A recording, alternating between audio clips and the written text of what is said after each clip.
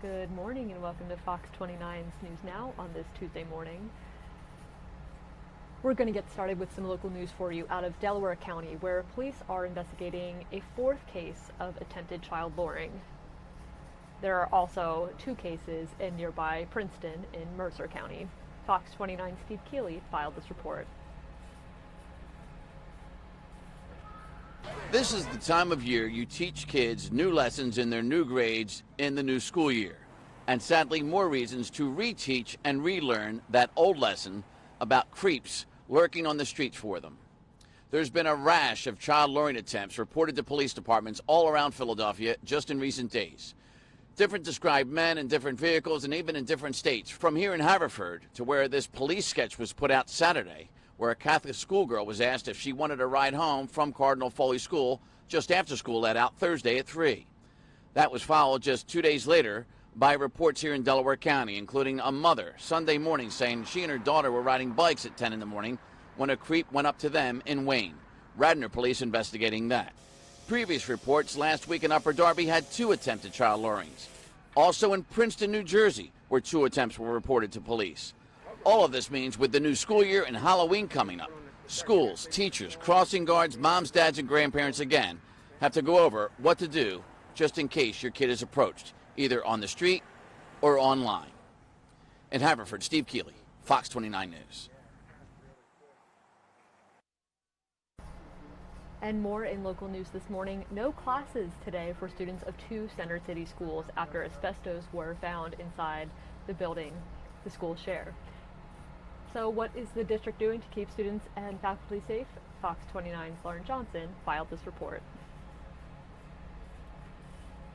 Well, they've shut down the school for students today. Staff members still have to report to Strawberry Mansion High School. But this is a really big issue. So school leaders are going to be busy for the next 2 days to find out if there is more and if more needs to be done. All of this started last week when the discovery of asbestos was made on ductwork in a boiler room of Ben Franklin High School. They followed that ductwork through the school and realized more compromised material in adjoining Science Leadership Academy, this time in common areas, which was much more alarming since more people, both teachers and students, share that space. Now all of the spaces are closed for abatement. More testing to be done to see if there are any more airborne particles throughout the school, and construction is delayed. It's already behind schedule. Right now, school leaders are hoping it doesn't take more than 2 days to get the situation resolved. Teachers are not so sure. Just last month, the Federation of Teachers made a really big request. Today, we are calling for $100 million of that funding to be invested immediately so that the district can begin the process of remediating damaged asbestos and lead in every school. The students and educators are literally risking death when they go to school. That is a shocking, shocking thing. The school district responded immediately after that press conference, saying remediation is a top priority. A high-ranking school leader says the district has set aside more than $400 million for improvements and safety measures. The Federation of Teachers says there are about 175 schools in the district with asbestos. This saga is far from over, and just last week we talked about lead at playgrounds. Now this week, asbestos in schools.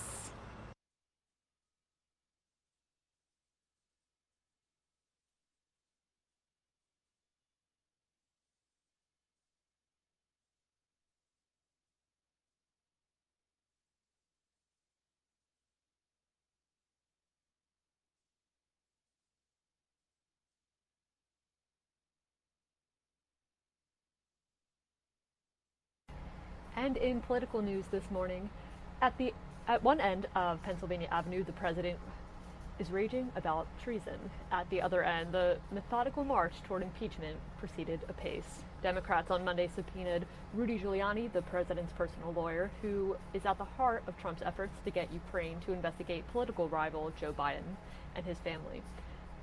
That was after one of Trump's staunchest defenders, Senate Majority Leader Mitch McConnell, said he would have no choice but to consider articles of impeachment if the House approved them. Fox's Doug Luzader has more this morning from Washington. Democrats are rapidly expanding their impeachment probe into President Trump. The president's personal attorney, Rudy Giuliani, is now under subpoena by the House. So Doug Luzader has more from Washington this morning. Doug? Good morning, guys. And Democrats are moving pretty quickly here, kind of newly confident after seeing some recent public opinion polls. House Democrats on Capitol Hill are not talking much, but they are putting things into writing, including a new subpoena for the president's personal attorney, former New York Mayor Rudy Giuliani, requiring him to testify in 2 weeks about his dealings in Ukraine. You acted as an agent of the president in a scheme to advance his personal political interests by abusing the power of the office of the president. And I get nervous public speaking, and these people are such intellectual heavyweights. In an interview last night, Giuliani mocked Democrats, but said he's unsure whether he will testify. The statement I made to the president of Ukraine, a good man, a nice man, knew was perfect. And President Trump continued to defend the phone conversation at the center of the impeachment probe, where he asked Ukraine's president for an investigation into former Vice President Joe Biden. And now we've learned that Secretary of State Mike Pompeo may have been listening in on the call as well. A new poll shows voters are now evenly divided on impeachment, with 47% backing it, an increase of 10 points in less than a week. And if the House does follow through, Republican Senate Majority Leader Mitch McConnell says the Senate will at least consider removal from office. The Senate impeachment rules are very clear. The Senate would have to take up an impeachment resolution if it came over from the House.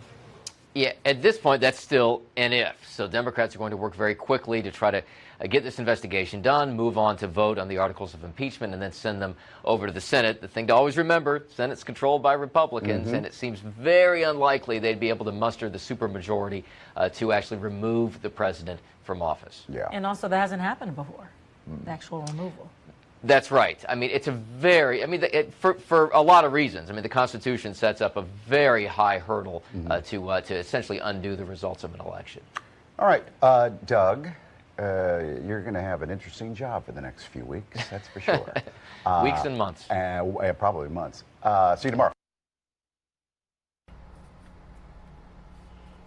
And in consumer news this morning, Jennifer Lopez recently walked the runway in an iconic dress she wore at the 2000 Grammy Awards. And a new twist on her iconic Versace gown is now available to the masses. Fox's Tracy Crosco joined us this morning with more. The most iconic dresses I guess we've ever seen. It was J-Lo's. And there's some new information about it, and Tracy is going to tell us what that is. What happened to J-Lo's dress? Well, you remember the dress that she wore to the Grammys in 2000, that very low, plunging, green, palm tree printed dress. Well, Versace has updated that dress, and J-Lo just a few weeks ago walked down the runway at the Versace Spring 2020 fashion show wearing that updated version of the Versace dress. Well, now it is available for sale for pre-order, and you and I, we could dress like J-Lo if we want. Now is our chance. If you want to purchase this dress, it is going to cost you. You can buy it from Mode Operandi, and it is $9,300. No. I thought you were going to say maybe $500. $10,000 for a knockoff that you could never wear anywhere because that's J-Lo's dress. Yeah, and you're going to be compared to her, so I hope you got a body looking like her. My God. Yeah, I'm not sure where you could wear it. There probably are not many places, but yes, $9,300. Pre-orders starting right now, and it's not available for delivery until at least early next year. Oh. So. I got it. What? Yes. You're right. It could be my Halloween outfit. I could be like Matt Lauer when he did it 20 years ago or 15 years ago. Yeah. Or we could just take wear a the shower updated curtain version that we already have and make it work and do the same thing. Tie it in the middle. Call it a day. You can get shower curtains for Target, what, $10? Yeah. Yeah. Heck yeah. Just make sure it's not a see-through one. You don't want the all-clear one. Well, yeah, that's true. You can see almost everything anyway. That's true. All right, Tracy. I'm not going to buy this one. I'm not no. either. Me neither. I need to get in the gym or something. I'm going to sit this one out. And diet and so many other things. If we look better, we would. But well, it would look better, and if I had the money. Oh, there you go. So we'll see you tomorrow. And moving on here's Fox 29 Weather Authority this morning. The Philadelphia area is slated for a sunny and humid Tuesday with warmer temperatures than we experienced yesterday. Temperatures will reach a high of around 84 degrees, and those temperatures are expected to keep rising as high as 93 degrees by tomorrow. By Thursday, we'll see a complete turnaround with highs in the mid-60s, so quite a dip there. The forecast is expected to stay mostly dry this week, with the exception of Thursday, which will see some showers with those cooler temperatures. And here we have a look at temperatures in our area. 58 degrees up in the Poconos and nearing the 70-degree mark over in Lancaster, and comparable temperatures here, 68 degrees in Philadelphia. Meanwhile, slightly warmer down the shore, 70 degrees in Atlantic City and 72 degrees in Wildwood. And don't forget to download the latest version of the Fox 29 Weather Authority app to have the latest forecast.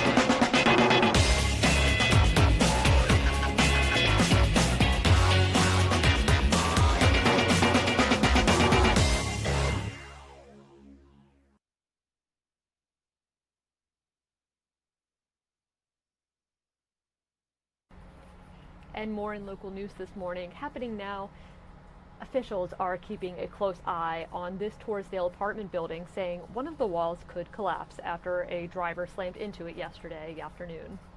Police say 2 women were hurt in that car when its driver crashed into the Bakers Bay condominiums. Both women were transported to the hospital and are expected to recover. L&I crews, meanwhile, are investigating.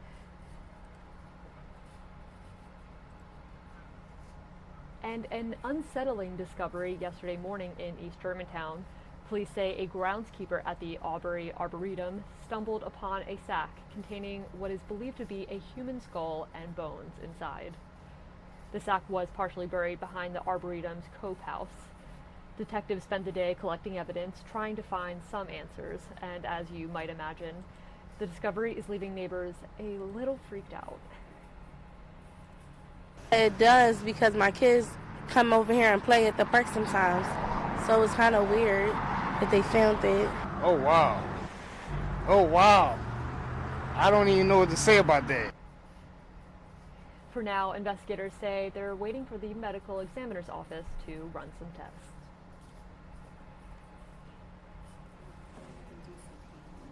And yesterday, Bucks County knew help from the feds to fight drug trafficking. Senator Pat Toomey and Congressman Brian Fitzpatrick spoke in Bensalem, highlighting the country's new designation as a high-intensity drug trafficking area. That means extra federal funds for the county and easier ways to coordinate between federal, state, and local law enforcement. Of course, the trafficking they're most worried about is opioids. Lawmakers say fentanyl accounted for 80% of overdoses in Bucks County in 2017. Part of Pennsylvania. We are 5% of the world's population here in the United States. We consume 75% of the world's opioids. It is a problem. It's a problem that these people are dealing with and fighting every single day, and this is going to help. 8 other counties in the region have also been designated high-intensity drug trafficking areas.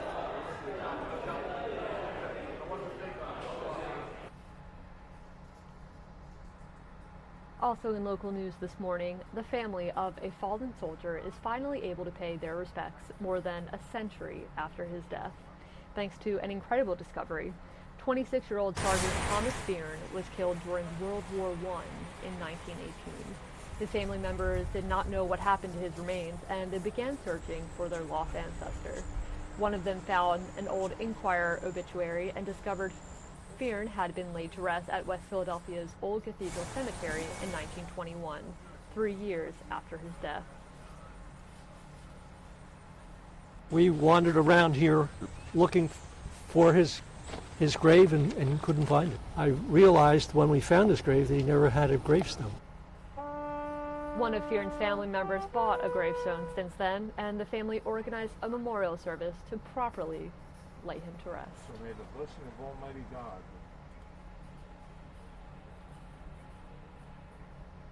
And on Good Day Philadelphia this morning, Eating red meat has been linked to cancer and heart disease, but are the risks big enough to give up burgers and steak? A team of international researchers says probably not, contradicting established advice. In a series of papers published Monday, the researchers say the increased risks are small and uncertain, and that cutting back likely wouldn't be worth it for people who enjoy meat. Dr. Mike joined Good Day this morning to discuss the case. Here we go. We're going to do 3 medical topics in 3 minutes. First up is this Zantac thing. Why is it ripped off the shelves over at CVS? They're in the corner. Try to go in there and get some. And some cancer concerns. It's gone. So, Dr. Mike, here we go with the first topic. Zantac, what's in it? Why is it off the shelves? Nitrosamine, which is a kind of a chemical that's produced when they make the drug, and it's known to be carcinogenic. It can cause cancer. It's in low levels, but in the absolute era that we're in, we want to be careful. Bottom line, we're taking it off the shelves. If you want an alternative, it's very simple. Go to famotidine or Pepcid or cimetidine or Tagamet. Bottom line. And what is Zantac supposed to do? It's for heartburn? Or? It's for acid in the stomach. It's very popular, used all the time. It's got a long safety track record. Just switch it up. No problem. Okay, a lot of people on antidepressants. I even take it. I would love to know if it works. And what's this new experiment? Brain scans to see if it's actually working? Right. They're using functional MRI scans. And many people, when they get started on an antidepressant, the first one may not work. And it's a guessing game. So what they're doing is they're using MRI scans now to see whether there are bona fide positive changes in the brain. And that way they will allow you to pick the right, this is the future. You'll pick the right antidepressant for you. Oh, sounds like this will help a lot of people. Absolutely. Also, recently, more and more people are becoming vegetarian or vegan, and they're saying, oh, stay away from red meat. But then I see all these headlines this morning saying, no, red meat actually isn't bad for you. Well, there's a big study that came out, and there was almost fist fights. They almost tried to get it not published because people are so set in their ways about, well, red meat is bad. Well, I'm going to get back to the bottom line. My grandfather said everything in moderation, all right? A little bit of red meat once in a while, go for it. But if you want to live to your full biologic potential, everyone agrees, as plant-based as you can. I don't cheat on my wife with women, but I have a nice steak once in a while. I do. I wear a coat, put a hat on. I go in a steakhouse. What does that have to do with She doesn't eat meat, does she? She's a vegetarian. Oh, okay. I'm like, wait, what does that have to do with... Yeah, oh, he's okay. slipping meat product into this relationship. Well, honestly, when I first heard it, I was like, was this sponsored by, some of the meat companies? But no, I think the debate also is that scientists did this study versus nutritionists, and nutritionists are the ones who are saying, no, it's not. Well, I think the nutritionists are scientists. But anyway, I want to show a couple pictures here. My boy plays Little League Baseball, and I have to tell you about the Phillies organization, all right? They had a very winning season this year, and the bottom line is that John Middleton and his wife Lee got them to a game. There he is. That's Mr. Middleton right there, the owner of the Phillies. And, there's Krista, Christine, Katie, my friends that took care of like 29 little kids running around. The Phillies organization is top-notch, the best there is. They just care about baseball. They care about people, and especially Little League young people. Well, thank you for that, Dr. Mike. Well, they're great. And we are going to take you over now to Las Vegas, where the community is honoring those who lost their lives in the mass Las Vegas shooting. Stay with us.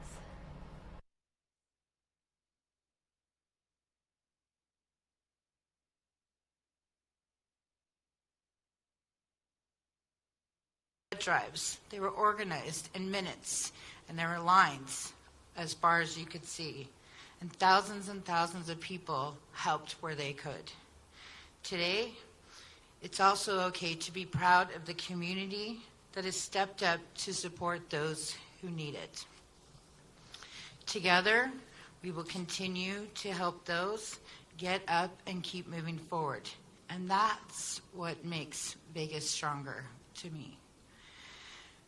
And that's what we're celebrating here today. So thank you all for being here with me this morning. And most importantly, I'd like to turn it over to Mr. Joe Robbins.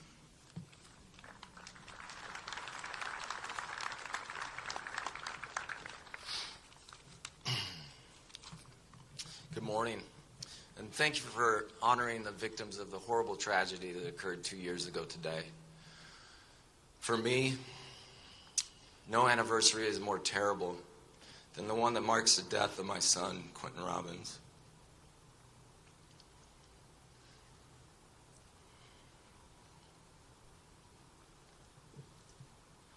That said, the anniversary of the loss of a spouse, a parent, a sibling, or best friend for those affected is no less troubling. This kind of brokenness can never, ever explain, nor will this pain ever completely go away. Our grief is different in many ways. However, it is the same in the way that the family and friends of those 58 lives that were so brutally taken have changed forever. For a resilient community such as ours, no anniversary is more terrible than the one that recalls how your neighbors and guests were wantonly slain, even while their hearts were singing out in joy as they listened to live music with their friends and loved ones. How is it that anyone should perish in such circumstances? How is it that our families, this community, and the community's guests should suffer as we have?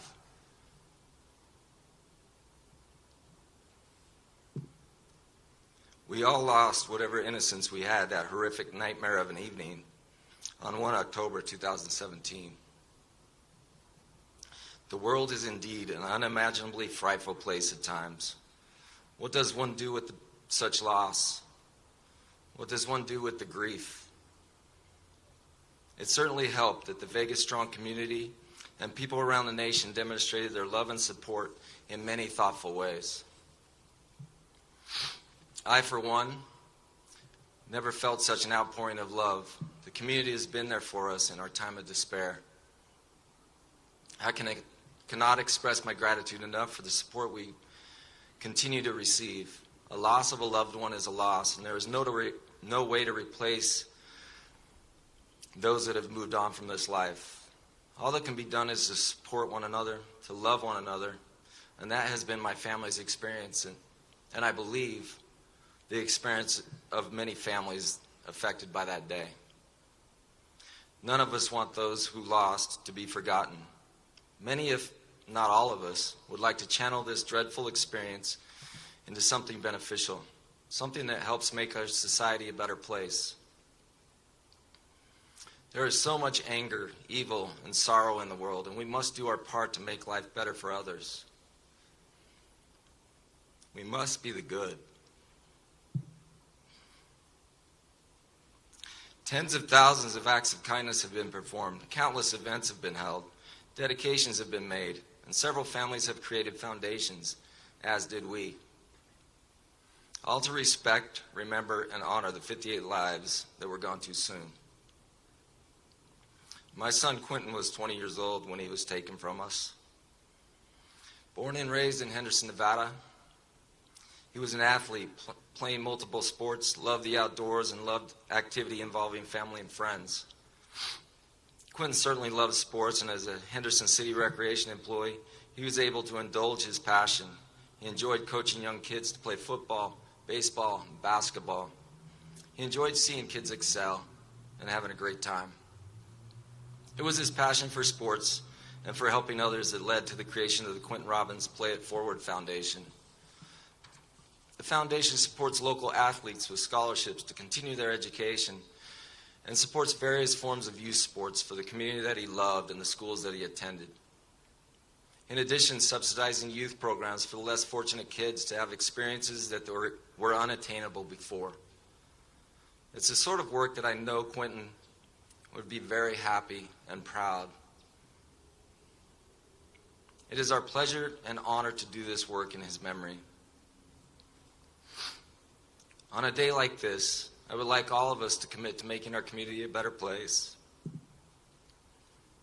In ways large and small, we should do all that we can to turn loss and despair into something more emotionally positive.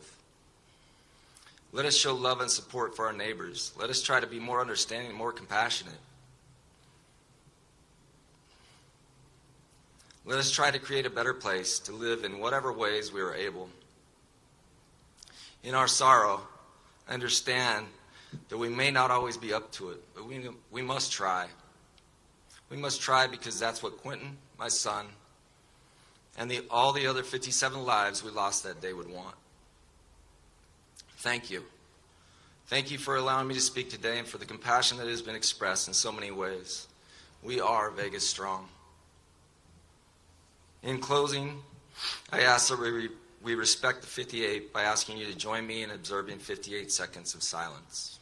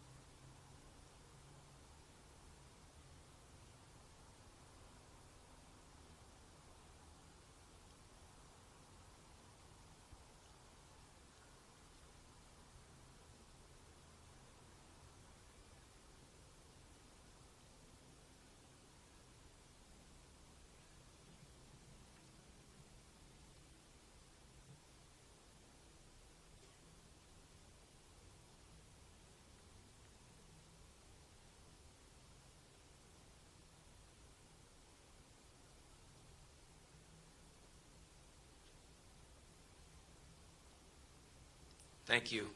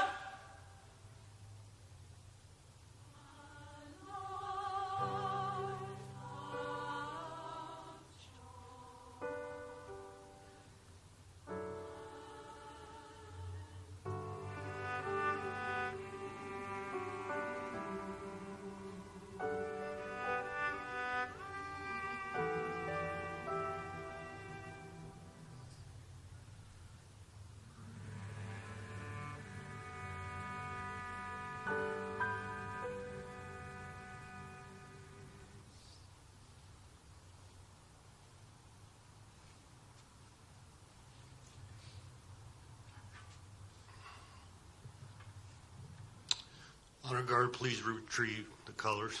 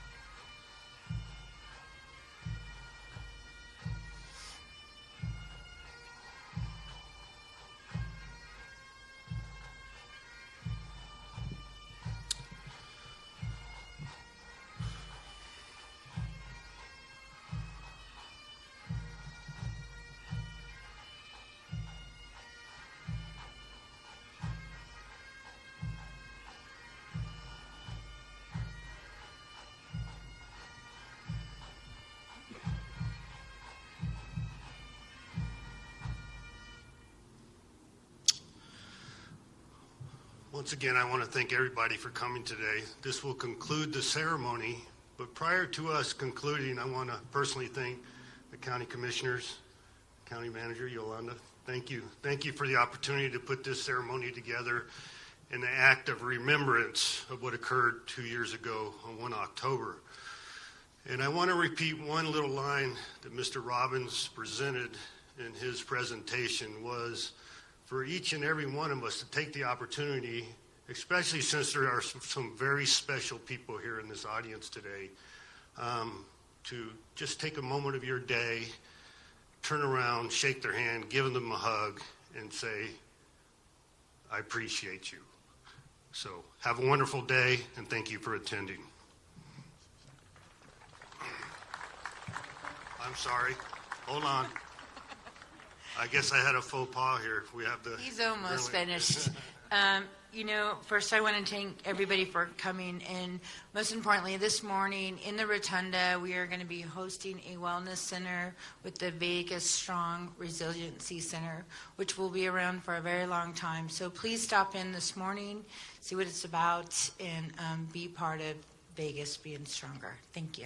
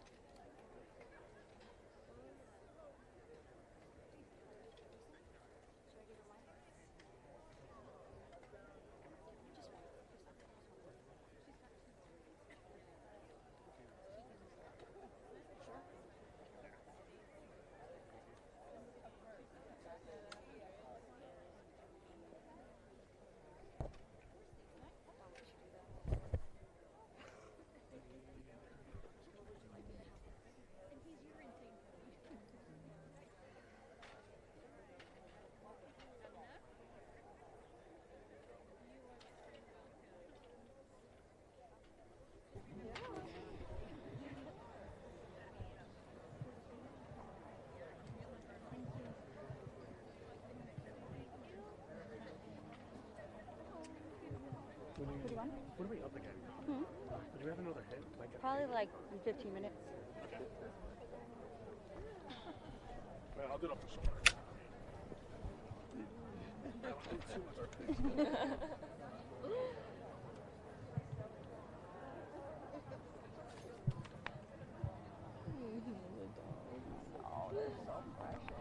So you're from California too? So I lived in Bakersfield when it happened. I was a reporter there, and I had so many people here. So I mean, I covered it, but I covered it, from that end. Yeah. I think there was about 4 people that happened there.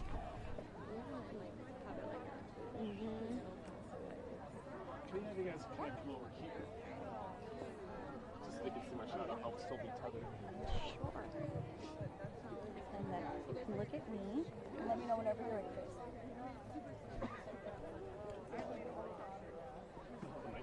Yep.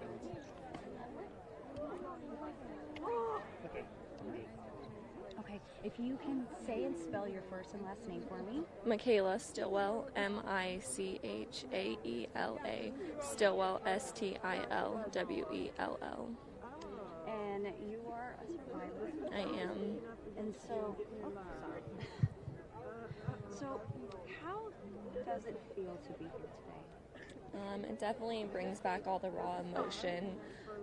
It kind of puts you back into 2 years ago, thinking I woke up this morning, so excited for what the day had to hold for me. And I just remember we were all there right before the shooting started, and we were just all singing God Bless America, we were all one big happy family. And it puts you back in those, the good times, and then also what to follow brings back all those hurt and pain. And I also did lose a friend that night, Christopher Roybal. So his mom's here as well. And just the panic of not knowing what was going on and what the next day had in store for you, whether you were going to be able to wake up or, whether your family was going to be the one missing you. So, yeah. Tremendous amount, I'm sure, of PTSD from that awful night. You were here last year. You told me a moment ago that last year there was no way that you were able to talk. What do you think has changed in the last year in terms of how you're dealing with that PTSD and dealing with those emotions? I'm still seeing counselors weekly, and I think it's when you decide to look back and realize not to be a victim but a survivor. And I think that things could have gone so different for me, and you need to take each day as a gift and live for those that don't get to do that anymore. For anyone that's at home watching and they're going through the same thing you're going through, they were there and they maybe have not gotten as far as you have in that healing process, what is your advice for them? Just that there's such a great community out there, of all of us survivors, and I think that truly does help, getting out, sharing your story, just realizing that other people feel the pain that you're feeling, and that we're here for you. We want to hug you, and we want to tell you that it's going to be okay, not now, and we don't know when, but eventually we are here, and so we need to make the most of it. How old are you? I'm 21. So young, yet so wise. Well, thank you. Thank you. Mm. Thank you so much. Thank you.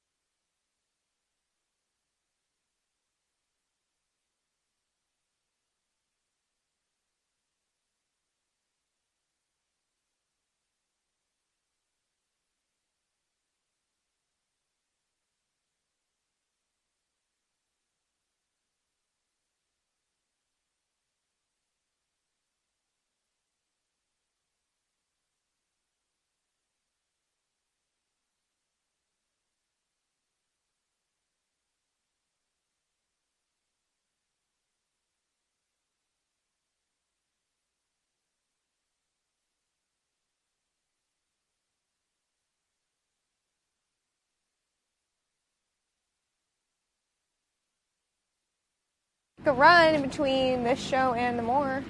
We have to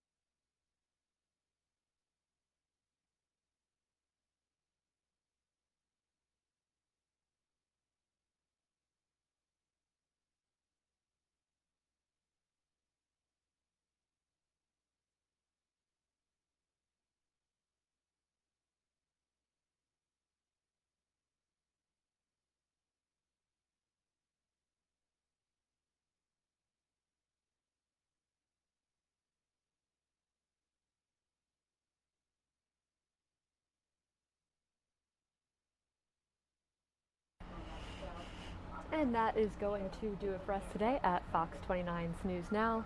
Be sure to catch us again tomorrow, same time, 10 a.m., and follow us at fox29.com as well as our mobile apps and across social media.